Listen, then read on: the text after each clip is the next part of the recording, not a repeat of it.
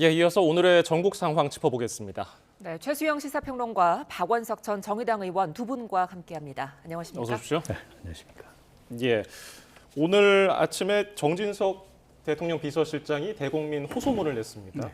이거 어떻게 보셨는지부터 들어볼까요? 사실 지금 대통령의 직무가 정지됐기 때문에 비서실장의 지금 보좌를 받을 수는 없는 상황인데 이례적으로 비서실장이 이 입장문을 낸 거죠. 비서실장은 지금 현재 최상목 대행을 보좌를 해야 되는 그런 입장입니다. 그런데 대통령에 대한 입장문을 이례적으로 냈기 때문에 관심을 끌 수밖에 없었는데요. 핵심은 저는 이거 같아요. 대통령이 충분히 방어권을 보장할 수 있도록 기회를 줘야 하고 아무리 수사가 급하더라도 그 대통령에 대한 예우를 갖춰서 그렇게 폭력적이거나 혹은 이렇게 충돌이 빚어지는 것을 그렇게 상황이 벌어지는 것을 우리가 다 묵과할 수 없는 그런 상황들을 전개하지 말아달라. 최소한 그 조사는 받아야 하지만 그것이 방점이 이제 어떤 제3의 장소라든가 서로가 약속해가지고 어느 특정을 지정을 해서 하는 그런 식으로 돼야지 이렇게 대통령을 무리하게 끌어내는 방식으로 가서는 안 된다고 얘기를 했는데 저는 그 얘기를 하면서도 조금 약간 그 핵심적인 좀 얘기가 좀 담겨 있는 게 고성낙일이라는 이제 그 대통령의 처지가 지금 굉장히 외롭고 지금 곤궁한 처지에 있다라는 그 비유를 들었거든요. 예. 그 얘기는 지금 정진석 비서실장은 잘 상황을 알 것 아닙니까? 그래서 혹시 지금 경호처라든가 지금 마지막 대통령에 대한 조사를 지금 방어하기 위해서 방어선을 치는 그 대통령 경호처 인력들 간에 여러 가지 내부에 좀 여러 갈등이라든가 균열 혹은 그 단일 대우에 대한 조금 문제가 있지 않는가 그런 그 점에서 정진석 비서실장은 이렇게 물리적인 어떤 이런 강대강 대치보다는 바로 어떤 제3자 협의를 통해서라도 어떤 대통령에 대한 조사 방식을 조금 바꾸는 것이 현실적으로 좀 타당하지 않겠느냐라는 최후의 고언 같은 느낌을 전 받아서 이 부분에 대한 근데 대통령 변호인단이 또 여기에 대해서는 사전에 정의된 논의된 바 없다고 전 뭐 그건 충분히 뭐 공식적인 입장은 이해갑니다만은 약간 지금 좀 대통령 변호인단과 비서실장이 좀 결이 조금 달라 보이는 건 조금 이례적이지 않을까 그런 생각이 좀 듭니다. 예, 말씀해 주신 것처럼 이제 정진석 비서실장은 제3의 장소 혹은 방문 조사도 검토하겠다 이렇게 했지만 윤 대통령 측은 이쪽은 전혀 뭐 검토한 바가 없다고 딱 선을 그었잖아요. 이런 상황 어떻게 해석해야 될까요? 사전에 조율은 안 된 것 같습니다. 그러니까 대통령 변호인단이 그런 방안에 대해서 협의한 바 없다라고 공식적으로 선을 그은 것 같고요.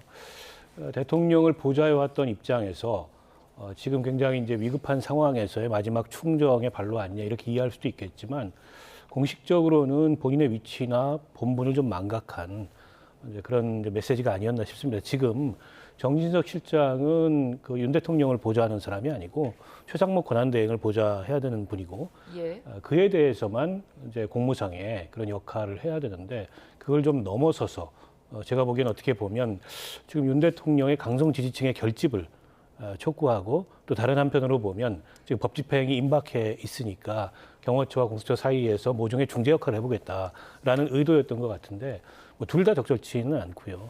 일단 대통령 측에서 그걸 거부를 했기 때문에 별로 의미 없는 메시지가 돼버렸습니다. 그런데다가 윤 대통령이 제대로 된 방어권을 일반 형사 피의자들처럼 행사하게 해달라라는 내용이 들어가 있는데 누구도 지금 대통령의 방어권을 박탈했거나 혹은 박탈하려고 하지 않습니다.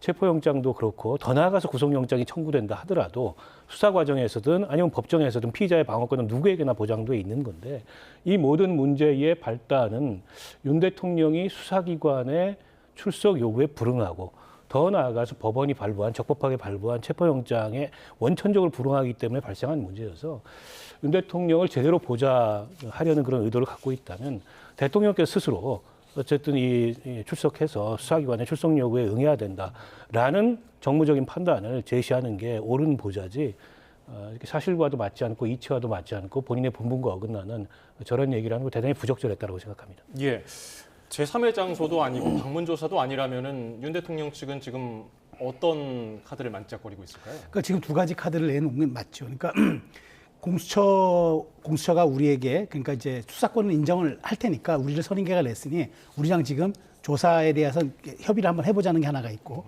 차라리 중앙지검이 발부해서 영장을 온다면은 우리가 그걸 또 검토해 보겠다는 것과 마지막 선택지로는 아예 불구속 기소를 해라. 그러면 우리가 재판 과정에서 우리가 방어권 행사해서 우리 무죄를 입증하겠다. 뭐 이런 뭐 크게 보면 한 세 가지 정도의 선택지를 제시한 것 같은데 이 세 가지 선택지가 근데 지금 사법당국이 받아들일 수 없는 선택지이기 때문에 이제 문제가 계속 평행선을 달리는 것 아니겠습니까? 그러니까 저는 이제 오늘 정진석 실장이 물론 지금 뭐 본인의 상황에서 자기의 직분이 아니더라도 이렇게 좀 충정원이 고언을 한 것은 그나마 전 제3의 선택지를 제시한 거라고 봐요. 그러니까 제3의 장소라든가 그다음에 방문조사라든가 아니 그러니까 여기에 우리가 방점이 있는 건 이거 아닙니까? 대통령의 체포, 즉 물리적인 어떤 집행이 중요한 게 아니라 대통령이 소환 조사가 안 됐으므로 조사의 방점이 찍힌 것 아닙니까? 대통령의 신병 확보가 방점이 있는 게 아니라 대통령을 조사 장소에 끌어다 놓고 조사를 해서 실체적 진실을 가늠해보자라는 게 그게 이제 수사당국의 목표라면은 굳이 꼭 그렇게 물리적 충돌을 통해서라도 대통령의 신병을 확보하는 모습을 보여줘야 하느냐 아니면은 충분하게 대통령이 지금 현직 국가 원수이기 때문에 예우를 통해서 서로가 합의하는 제3의 장소라든가 아니면 최대한 공수처 인력을 많이 받아들이는 방문조사라든가 이런 식의 협상 여지가 있기 때문에 저는 그런 점에 대해서 마지막으로 아마 체포영장에 대한 만료기간이 뭐 정확한 건 아닙니다만은 설 전후로 이미 얘기했기 때문에 얘기가 된 게 많기 때문에 예. 아마 열흘 이상 정도 남은 거라고 본다면은 굳이 이렇게 무리하게 충돌까지 가는 속도전으로 갈 필요가 있겠느냐. 그러니까 이게 신병 확보가 목적이 아니고 조사가 방점이라면은 실효적인 조사 방법을 찾는 게 그게 합리적이다라는 메시지를 이제 낸 건데 저는 수사당국이 여기에 대해서 어떻게 반응할지 저는 한 며칠 더 지켜볼 필요는 있다고 봅니다. 예, 상황이 뭐 이렇게 풀리질 않으니까 오늘 오전에 경찰과 공수처 그리고 대통령 경호처가 모여서 3자 회동을 했는데 결국에는 뭐 빈손으로 끝났더라고요. 경찰 요청에 의해서 이제 공수처 경호처 모여가지고 3자 회동을 했고 아무래도 이제 경찰이나 공수처 입장에서도 영장 집행을 할 경우에 발생할 수 있는 물리적 충돌에 대한 우려가 있기 때문에 그걸 미연에 방지하고 그걸 최소화시키기 위해서 회동을 했는데 뭐 소득은 없었던 것 같습니다. 경호처는 원론은 그냥 반복했고 예. 어쨌든 그 대통령 관전회가 경호구역이고 군사상의 이 보안시설이기 때문에 거기에 이제 그 시설 그 기관장에 허락 없이 들어오는 것은 용인하기 어렵다. 이런 이제 같은 입장을 반복한 거여서 뭐 그렇다 그래서 그런 경호처의 입장을 또 경찰이랑 공수처가 그대로 수용할 수는 없는 거 아니겠습니까? 평행선을 달린 상황이고 이르면 이제 내일 오전에 영장 집행이 이루어질 가능성이 있는데 여전히 우려스러운 바는 이제 공권력 간의 물리적 충돌이 일어나서 어떤 불상사가 발생하는 거. 그러니까 누구에게도 이로운 일이 아니기 때문에 그런 일이 없어야 되는데 그러려면 결국 지금이라도 경호처도 마찬가지고 또 최상목 권한대행도 마찬가지고 그리고 윤 대통령 스스로도 마찬가지고 법원이 발부한 합법적인 영장 집행에 응해야 됩니다. 그게 아니고서 다른 어떤 핑계나 다른 어떤 구실을 들더라도 그게 정당성을 갖지 못하기 때문에 그냥 핑계일 뿐이라는 생각이 듭니다. 예. 경찰은 오늘 그 안전하고 평화적인 영장 집행을 위한 협조 요청을 경호처에 했죠. 경호처는 어쨌든 뭐 원론적인 입장, 뭐 보안구역 진입 시에 신원 검증이 필요하다. 인적 방문 목적을 정리해달라는 의견서 형식의 답변을 보냈는데 그러면은 기존의 태도보다는 조금 물러진 게 아닌가? 조금 진일보했다고 봐야죠. 그러니까 우리 속담에 첫술에 배불이라는 그런 말이 있지 않습니까? 사실 각자 평행선을 달리던 제3자가 이렇게 한 장소에서 만나서 이렇게 협의했다는 것만으로도 전 큰 의미가 있다고 봐요. 왜냐하면 지금 많은 박 의원님 말씀하신 것처럼 많은 국민들이 지금 혹시라도 저렇게 무력을 가지고 실제로 힘을 가진 그리고 또 고도로 훈련된 사람들이 충돌할 경우에는 불상사가 발생하지 않는 한 보장이 없어요. 그리고 감정이 극대화된 상태에서는 누구라도 자신의 의지와 또 상반된 행동을 할 수가 있기 때문에 그런 점들이 굉장히 많이 우려가 되는데 그래도 각 기관의 대표들이 모여서 최소한 현재 입장들을 확인했다는 점에서 의미를 좀 둘 수가 있는 것 같고 제가 말씀드린 대로 아직 시간이 좀 있기 때문에 2차 회동 같은 경우 지금 사실 여러 가지 징후들 놓고 보면은 경호처가 1차 집행 때보다는 여러 가지 뭐 단일 대우라든가 그다음에 반드시 대통령을 뭐 옹위해야 된다는 그런 생각은 있습니다만 각자의 좀 거기 대한 결이 좀 다르다는 건 좀 이제 인지가 되고 있고 또 박정준 전 처장이 전 처장이 되었고 대행 체제로 김 차장 대행 체제로 가고 있다는 이런 여러 가지 또 상황 외의 변수들이 발생했기 때문에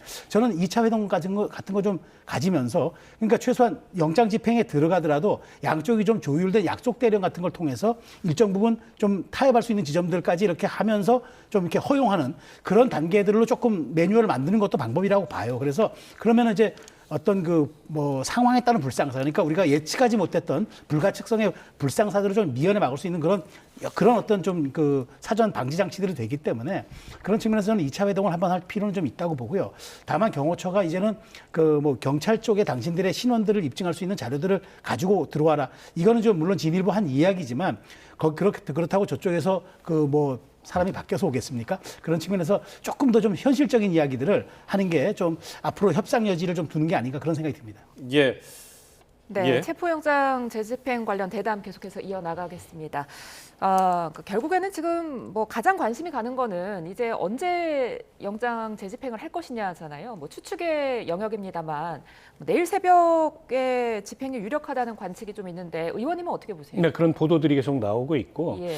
아마 경찰이나 공수처에서도 영장 집행에 들어가면 사전에 언론에 고지를 할 겁니다. 이게 뭐 밤에 야밤에 기습해가지고 이렇게 불현듯 그렇게 할 문제는 아닌 것 같고 더더군다나 지금 현직 대통령에 대한 영장 집행이기 때문에 그런 식으로 하는 거는 바람직하지 않고요. 그래서 뭐 엠바고가 이미 걸려 있을 수도 있고 여러 가지 보도가 나오는 걸 종합해 봤을 때 아마 영장 집행 개시는 내일 오전 중에 그게 몇 시가 될지는 모르겠지만 시작을 하지 않겠나 싶고 그리고 나온 보도들을 또 보면 지금 이제 경찰 광역 수사 인력들의 3일간의 파견을 요청을 했다. 예. 공조본에서 이 보도들이 나오고 있어요. 그 얘기는 영장 집행 시간을 좀 넉넉히 확보해서 단번에 영장 집행이 안 되더라도 장기전을 감수하고라도 이번에 반드시 영장 집행을 완료하겠다. 이런 어떤 계획을 세운 게 아닌가 싶은데요. 지금 어쨌든 그 경호처를 중심으로 관저 일대를 요새화시켜서 또 지금 현재 경호처 직무대행을 포함한 그 경호처 내부에 강경파 같은 경우에는 뭐 결사적으로 어쨌든 임무 수행을 하겠다. 또 이런 의지를 밝히고 있다는 보도들이 흘러나오기 때문에 충돌의 가능성은 여전히 있습니다. 물론 경호처 내부에 이제 상당한 의견 대립이 좀 있어 보여요. 정확하게 확인은 안 됩니다만 나오는 보도들로 봤을 때 영장 집행에 불응하면 그로 인해서 특수공무집행 방해죄가 적용될 거고 그거를 지금 경호처 공무원들 개개인이 감당하기 어렵고 또 국민들이 지금 여론이 굉장히 따갑기 때문에 이런 식으로 무작정 영장 집행을 저지하는 게 맞느냐 이런 중간 간부들의 의견이 굉장히 많다는 거예요. 그게 가장 큰 변수가 될 것 같습니다. 막상 지금 영장 집행을 한다 하는 거하고 영장 집행이 시작되는 거하고 느낌이 전혀 다르거든요. 그러니까 영장 집행이 시작됐을 때 경호처 내부가 그런 이견으로 인해서 저지선이 와야 될 가능성도 현재로서는 없지 않다고 봐야 될 것 같습니다. 예. 지난번 같이 뭐 몇 시간짜리 작전이 아니라 이번에는 뭐 2박 3일도 준비하고 있다는 보도도 흘러나오고 있고요. 어떻게 전망하세요? 사실 뭐 좀 냉정하게 따지면 전 이미 작전은 시작됐다고 보는 거예요. 지금 외부에서 심리전을 하고 있는 거죠. 그러니까 예. 뭐 경찰 헬기를 동원한다, 뭐 그 대테러 부대 동원한다 했다가 아니다라고 얘기하고. 그러니까 이거 치고 빠지고 심리전 하는 거죠. 그래서 또 경호처의 반응을 보고 그리고 실제로 지금 박종준 처장을 좀 비롯한 지금 경호처 주요 간부들이 소환 조사 때 1차 당시에서의 동선이라든가 방어 전략들, 그다음에 어떻게 이제 대처했는지에 대한 그런 이제 여러 가지 매뉴얼들을 다 확인했다는 것 아니겠습니까? 예. 그렇다면 이미 경찰은 경우의 수들에 대한 대비도 하고 있다고 봐야 되기 때문에 경호처 입장에서는 지금 특히나 외곽 경비, 그러니까 군대 그 수방사와 이제 100일 경비단의 이제 그 협조를 못 받는 거의 이제 외곽 경비를 못 받는 상황에서 이제 경호처 인력밖에 없는 상황인데 그렇다면 경호처 인력 가지고 정말 2박 3일을 내내 그렇게 강도 높게 버틸 수 있을까라는 그런 이제 우려도 있을 거예요. 그런 여러 가지 심리전까지 감안하면 이미 작전은 진행되고 있는다고 봐야 되고 중요한 건 이제 여기서 경호처가 그나마 2박 3일 정도까지도 대통령에 대한 충성심 혹은 지금 경호처에 대한 그 경호처 매뉴얼 혹은 이런 것들에 대한 정확한 원칙을 갖고 끝까지 갈 수 있을 동력이 있느냐 그런 부분들인데 저는 잘 모르겠습니다만 어쨌든 경찰이 2박 3일 동안 정도의 시간을 가지고 한 명 한 명 정말 장기전에 대비해서 간다 그러면 경호처도 대비하기 쉽지 않을 걸로 봐서 제가 아까 말씀드린 대로 꼭 그런 식으로 한다면 경호처 입장에서도 그렇게 극한까지 가는 것보다는 다시 한번 제3자 회동을 통해서 어떤 식으로든 다시 물밑 조율을 하는 게 그게 더 현실적인 선택지가 되지 않을까. 그렇게 해야지 지금 뭐 밖에 있는 인력, 그러니까 밖에 있는 지금 뭐 지지자들 이렇게까지 혹시라도 또 불똥이 튈 수도 있기 때문에 그런 점들까지 고려한 좀 경호처의 여러 가지 좀 다각적인 선택도 한번 고민해 볼 시점이라고 봅니다. 예, 이런 상황 속에서 최상목 권한대행이 어제 양당 대표를 만나 중재를 좀 나섰는데 메시지는 일관됩니다. 원론적인데요. 물리적 충돌은 있어서는 안 된다. 이렇게 나오고 있어요.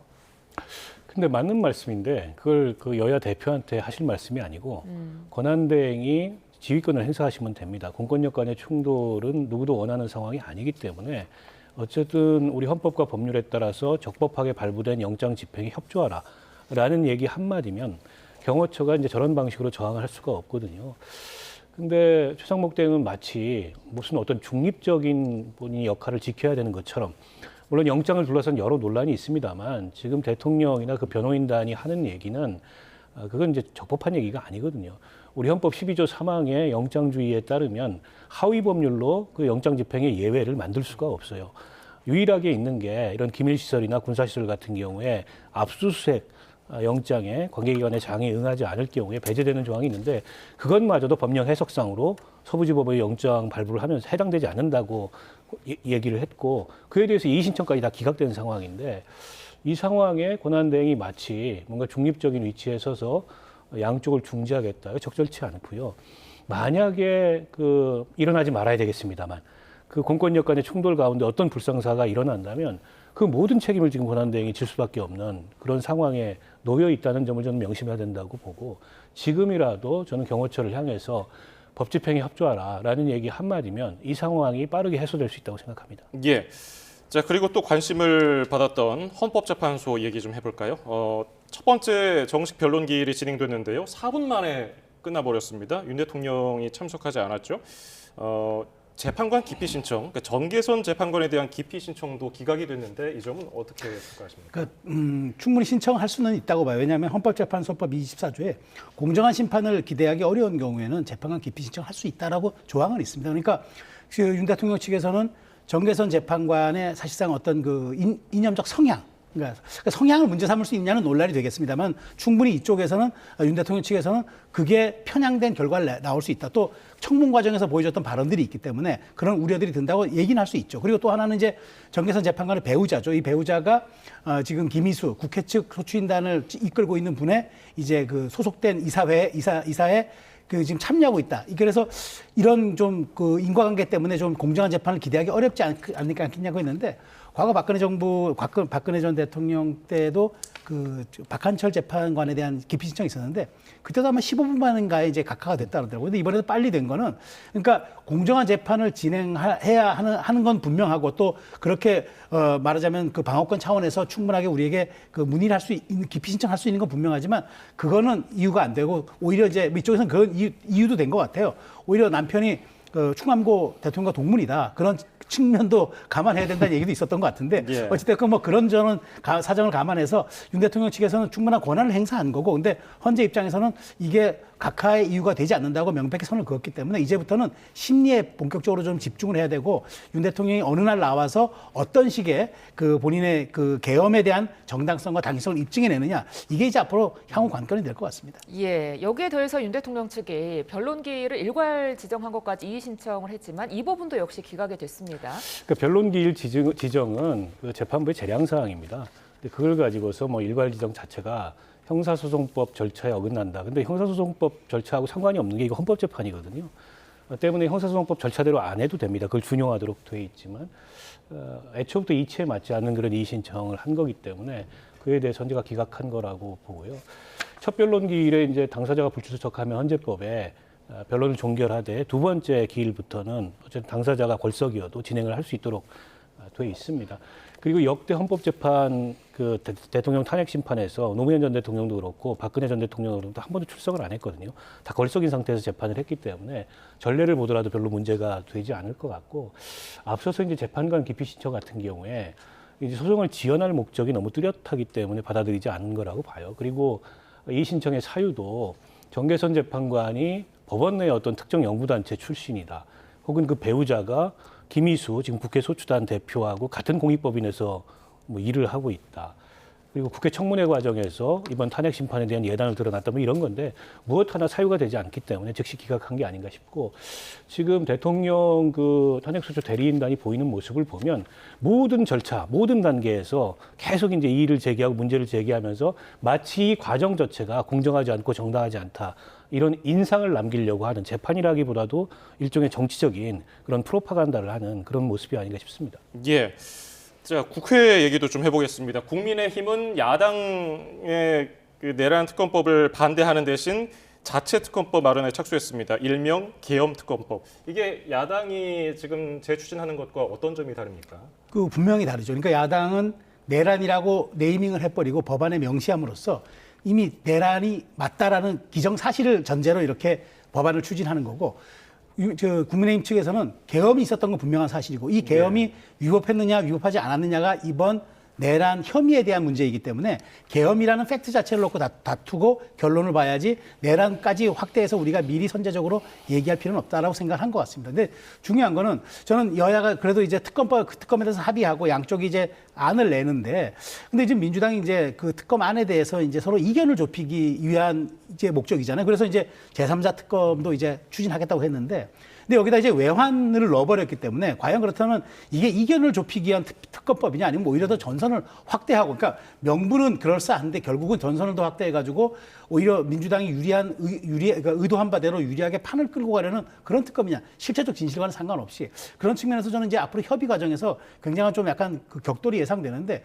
그럼에도 불구하고 일단 16일로 예정된 내일 모레로 예정된 그 부분에서는 조금 저는 속도를 내면 안 된다고 봐요. 그 지금 특검이라는 게 결국 합의가 되면은 일사천리가 진행되면서 모든 수사기관의 위에 설 수 있는 가장 중요한 기구가 될 수 있기 때문에 조금 며칠 더 더디더라도 양쪽이 숙성된 법안을 통해서 가야지 지금부터 서로가 서로 완전히 프레이밍 전쟁을 하면서 이렇게 격돌하는 거는 바람직하지 않고 어쨌든 저는 국민의힘이 계엄 특검이라는 이제 단일화된 이제 안을 냈다라는 거 그게 굉장히 저는 진일보했고 유의미한 그 지금 상황이라고 생각합니다. 예, 이번에 국민의힘이 발의한 특검법에 지금 민주당에서 주장하는 내란 선전 선동 혐의 그리고 외환 혐의 이런 게 빠져 있잖아요. 민주당과 협의가 좀 되겠습니까? 일단 뭐 수사 대상을 대폭 축소하고 또 특검의 규모도 줄이고 수사 기간도 줄이고 전반적으로 다운사이징한 법안을 내겠다. 그리고 앞서 말씀을 하셨지만 이게 내란 특검이 아니고 계엄을 선포해서 계엄이 해제되기까지 이른바 이제 6시간짜리 그 특검을 하겠다 이런 건데요. 일단 법안 내용에 대해서는 상당한 거리가 있고 이견이 있지만 국민의힘은 내일 아침이라도 일단 법률안을 내야 됩니다. 법률안을 내지 않고 이런 내용인데 협상하자라고 하면은 이게 또 다른 시간 끌기 아니냐. 이렇게 이제 야당에서는 볼 수밖에 없을 것 같고요. 예. 지금 의총에서 이제 지도부한테 위임해서 지도부에서 결정을 한 거기 때문에 그럼 국민의힘 의원들 전원 명의로 어쨌든 법안을 발의하고 그리고 나서 여야 간에 협상을 하자. 그래야 16일로 예정되어 있는 본회의에서 지금 법안을 처리 안 할 수 있는 거죠. 그것도 아니고 그냥 말로만 계속 협상하자라고 얘기하는 건 또 다른 이제 프레임을 만들어서 시간을 끌겠다 이런 걸로밖에 보이지 않고요. 지금 외환 그 특검법이 외환이 추가된 특검법이 법사위에서 통과됐습니다만 그대로 본회의에서 밀어붙이겠다라는 거는 아닌 것 같아요. 민주당도 협상의 여지는 갖고 있습니다. 다만 앞서도 말씀드렸듯이 지금 법안을 내라. 내용을 보고 나서 그걸 가지고 뭐 수사 대상부터 기한부터 특검 규모 다 일일이 이제 여야 간에 협의해야 될 대상인데 저도 합의돼서 처리되는 게 바람직하고 지난번에 재의결될 때 정족수에 2명이 부족해가지고 이게 부결됐는데 만약 국민의힘이 계속 버티면 이게 이제 의결이 될 수도 있다. 이런 위기감 때문에 고육책으로 지금 자체 특검법을 발의하겠다 한 거 아니겠습니까? 기왕 그런 거라면 여야 간에 합의돼서 합의 처리가 되면 가장 좋겠죠. 그러기 위해서는 어쨌든 법안을 내놓고 서로 그 과정에서 조정하고 절충하는 과정이 있어야 되는데 지금도 여당에서 이게 뭐 실제 법안을 낼 의지가 있는 게 아니고 일종의 이제 지연용으로 시간 끌기용으로 혹은 지지층 결집용으로 그런 얘기를 하는 거라면 앞으로 이제 이 특검법을 둘러싼 여야 간의 불신은 더 누적되겠죠. 그래서 저는 권성동 원내대표가 저렇게 말씀을 하셨으니까 아예 법안을 성안에서 내시라 이 말씀을 드리고 싶습니다. 예. 자, 그리고 국회 내란 혐의 진상규명 국조특위가 열렸는데 윤석열 대통령이 증인으로 채택됐어요. 야당 주도로. 현직 대통령의 국정조사 증인 채택. 이거 언제 사례가 있었습니까? 없었죠. 그러니까 이거는 이제 민주당이 좀 이제 여당이 협조 안 하니까 단독으로 한 것 같은데 그러니까 조금 민주당이 저는 좀 안타깝고 이렇게 속도전으로 나가는 게 그 민주당의 속내가 저는 자꾸 국민들에게 의심을 받는 거니까 정말 진상규명과 실체적 진실규명이 중요한 게 아니라 무언가 이제 대통령을 끌어들임으로써 여기에서 국정조사라는 게 크게 사법권이 없기 때문에 실제로 이제 국민들에게 대국민 보고의 성격을 갖는 거거든요. 이게 어마어마한 진실을 규명하고 이런 게 아니라 모든 진행되는 상황과 앞으로의 그 국회가 국민의 대의기관으로서 이제 여기에 대한 우리가 직접적으로 관여하고 있다는 걸 보여주는 건데 굳이 이렇게 윤 대통령을 사법 트랙으로 또 하나 이제 헌법재판소에 또 심리가 있는데도 불구하고 굳이 국회 앞에서 이렇게 하겠다는 거는 일종의 약간 저는 야당으로서의 그 권위를 좀 드러내겠다는 일종의 전략적인 행보라고 보기 때문에 이건 굉장히 좀 부적절하다. 그런 측면에서 이 최소한 국조만큼은 그 국민들이 보고 이 계엄과 계엄의 선포 과정과 계엄의 해제 과정, 그다음에 대통령이 선포권은 있지만 해제 의결권은 국회가 있었는데 이러이러하게 진행됐고 과정에서 어떤 것들이 중요하게 규명돼야 되겠구나라는 걸 보고하면 되는 거지. 저렇게 대통령을 상징화됨으로써 오히려 이것에 대한 내란 프레임을 씌우려는 야당의 공격적 태도는 저는 결국은 뭐 큰 동의를 받지 못할 거로 생각이 됩니다. 예, 이 부분에 대해서 국민의힘이 여태까지 국격을 손상시키는 일이라며 반대해 왔잖아요. 이 부분에 대해서는 어떻게 생각하세요? 글쎄요, 뭐 이제 지금 국격 얘기 따질 때가 아닌 것 같아요. 국격을 생각하면 대통령이 저렇게 위헌적이고 불법적인 계엄을 선언하고 내란을 일으키고 지금도 수사기관과 법원의 법 집행을 거부하고 있는 것 자체가 국격을 떨어뜨리는 일이기 때문에 이걸 빨리 해소하는 게 그나마 국격을 회복하는 길일 텐데요. 어쨌든 이 국정조사 특위의 목적상 윤석열 대통령은 핵심적인 증인의 위치에 있는 분일 수밖에 없습니다. 그러나 지금 수사도 진행되고 있고 본인이 어쨌든 체포영장도 불응하고 있고 또 헌법재판소에 탄핵심판을 출석을 안 하고 있는 과정에서 여기서 증인 채택이 된다 한들 출석할 가능성은 없잖아요. 예. 그걸 뭐 야당이라고 모르겠습니까? 다만 어쨌든 이 국정조사 특유의 성격이나 목적상, 국정조사의 목적상 윤석열 대통령이 가장 핵심적인 이 증언 대상이고 증인이다라는 걸 확인하는 차원에서 증인 채택을 한 게 아닌가 싶고 뭐 증인 출석 안 하면 또 그에 따른 이제 후속 대응이 있을 수 있겠죠. 형사 고발을 한다든가 뭐 그런 대응까지 또 있을 텐데 지금 뭐 윤석열 대통령 입장에서 국회 증인 출석 안 해가지고 고발당하는 게 대수겠습니까? 지금 뭐 내란죄로 지금 소환받고 있는 것도 출석을 안 하고 있는데 그래서 결과적으로 보면 크게 의미 있는 행위는 아니었습니다. 예. 자, 그리고 국민의힘 의총에서는 또 시끌시끌한 일이 있었습니다. 권성동 원내대표로부터 그 탈당 권유를 받았던 김상욱 의원을 향해서 또 비판적인 목소리가 나왔는데 김대식 국민의힘 의원이 우리가 전두환 추종 세력이 있느냐, 우리가 히틀러냐, 그러면 김상욱 의원은 유대인이냐, 뭐 이런 얘기를 했어요. 어떻게 들으셨습니까? 부적절하죠. 왜냐하면 지금 그 김상욱 의원이 목소리를 내는 것도 당이 중도 확장해서 나가야 한다 그런 얘기지 본인이 여기에 대해서 뭐 이른바 튀는 발언을 통해서 본인의 정치적인 입지를 확보하고 이런 건 아니지 않습니까? 물론 속내는 제가 알 수 없습니다만 어쨌든 당이 다양한 목소리를 그렇게 다 끌어안는 용광로 정당이 돼야지 배척하고 징계하고 혹은 뺄셈의 정치를 하는 쪽은 아무래도 그건 바람직하지 않지 않습니까? 그런 측면에서 더군다나 집권 여당인데 그런 발언이 있다 하더라도 내부적으로 소화할 수 있는 그 정도의 좀 건강한 역량들이 있어야 되는데 마치 그 발언 하나하나에 이렇게 직격적으로 반응하고 그다음에 지금 특히 그렇지 않아도 관저에 가서 대통령을 방어하고 옹호하려는 듯한 모습에 대해서도 당연 거기에 그 말하자면 이른바 찬반 여론도 있지 않습니까? 그런데 충분하게 또 반윤 의원이라고 하는 의도도 가서 할 수 있는 그런 좀 말하자면은 포용성과 다양성이 있는 정당이 맞는 건데 그렇다고 여기에 얘기를 했다 그래서 혹시 이제 여기에 대해서 이제 뭐 히틀러가 등장하는 이런 발언들은 제가 보기에 굉장히 좀 그 말하자면 국민의힘의 중도 앞으로 외연 확장에도 이건 도움이 안 되는 거고요. 다만 지금 당에 여러 가지 현실적인 어려움이 있고 그다음에 여러 가지 당이 지금 단일 대우를 가는데 굉장한 좀 난제가 있다는 걸 보여주는 상징적인 사례이긴 한데 그렇다 하더라도 또 포용하고 하는 이런 용광로 정당이 기본적으로 이렇게 난국에 또 살아남을 수 있습니다. 그런 측면에서 분열하고 뺄셈의 정치를 하는 쪽으로는 조금 이건 국민의힘이 자제할 필요가 있다고 저는 봅니다. 예, 히틀러와 유대인까지 등장했는데 관련해서 권영세 위원장이 사과를 했습니다. 어떻게 보셨어요? 권영세 비대위원장이 이제 부적절하다라고 지적을 한 판단이 저는 맞다고 보고요. 근데 이제 저런 분위기나 저런 환경을 조장한 거는 애초부터 권성동 원내대표였습니다. 본회의장에 찾아가가지고 당에 도움이 안 되니까 탈당해라. 근데 국회의원이 자기 소신에 따라서 표결 행위를 했다고 탈당을 요구하는 것 자체가 우리 국회법 원칙에도 맞지 않거든요. 국회법에는 소속 정당의 의사에 귀속되지 않고 양심과 소신에 따라서 표결을 하도록 되어 있습니다. 헌법에도 그렇게 나와 있고요.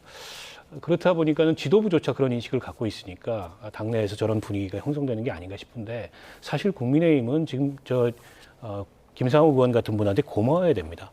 특히 18명의 의원들이 그 비상계엄이 선포된 직후에 본회의장에 담을 넘어 들어가서 비상계엄 해제에 동의하고 또 12명의 의원이 어쨌든 대통령 탄핵에 동의하고 이게 지금 굉장히 척박한 가운데에서도 이제 국민의힘의 다양성, 합리성 또 건강한 보수로서의 가능성을 보여주는 지표거든요. 근데 그 수가 너무 적다는 게 문제인데 그런 분들이 있기 때문에 그야말로 내란 동조당, 탄핵 반대당 이렇게 완전히 넘어가지 않을 수 있는 힘겨운 몸부림을 하고 있는 건데 그런 의원들을 상대로 저렇게 뭐 당에서 나가라라는 식으로 왕따를 시키고 일종의 이제 직장 내 괴롭힘을 하는 거 대단히 부적절하다고 생각합니다. 예, 지금 여론조사 수치들을 보면요.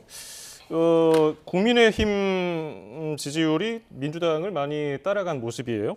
권성동 원내대표가 이 여론조사를 보고서 우리 당이 잘해서 그런 게 아니다라면서 이렇게 좀 자중하는 낮춘 자세를 보였는데 이런 뭐 당내 분란 이런 것들이 이런 여론의 흐름에 부메랑으로 돌아오지는 않을까요? 그러니까 제가 그 권성동 의원의 대표 원내대표 발언을 매우 아주 정확했다고 봐요. 그러니까 이거는 우리가 잘해서 득점 포인트를 얻은 게 아니라 오히려 상대의 실점에 따른 우리가 반사 이익이기 때문에 우리가 절대 여기에 그 반응하면 안 된다.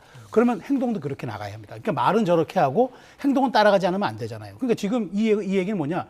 계엄 이후에 국민의힘이 국민에게 마음을 사거나 혹은 굉장히 국민에게 동조를 받아서 이른바 득점을 올려서 지지율이 상승한 건 아니에요. 자력으로 한 게 절대 아니에요. 그건 예. 누구나 다 인정합니다. 왜냐하면 그 위에 다 보여준 게 없으니까. 그런데 민주당이 그렇게 뭔가 다른 의도가 있는 것처럼 거칠게 위법을 제어한다면서 다른 위법을 동원하는 모습 보이고, 그 다음에 정치가 아니라 폭력적인 방법을 강구해서 다수당의 위력을 보이고, 이런 것들에 대해서 국민들이 입법 권력을 가진 민주당에게 나중에 대선이라도 있어서 행정 권력까지 주면은 큰일 나겠구나라는 그런 경계와 두려움이 이런 지금 여론 지형을 만드는 건데, 그걸 마치 오독해가지고 우리가 잘해서 여기까지 온 거라고 생각하는 건 매우 그건 잘못된 판단이긴데, 권성동 원내대표가 말을 잘했죠. 로우키 전략으로 가겠다는 건데, 그렇다면 제가 다시 한번 말씀드리지만 행동이 따라줘야 합니다. 그렇게 말을 했지만 진정성 있는 행동이 뒷받침되지 못하면 여론조사는 신기루입니다. 그렇기 때문에 이런 점을 명심해서 국민의 마음이라는 거는 눈에 보이지 않지만 공기와 같아서 정말 있는 쪽으로 따라가게 돼 있습니다. 그러니까 명심하고 그런 점들에 대한 대안을 마련해야죠. 알겠습니다. 오늘 말씀 여기서 줄이죠. 최수영 시사평론가, 박완석 전 정의당 의원이었습니다. 두 분 감사합니다.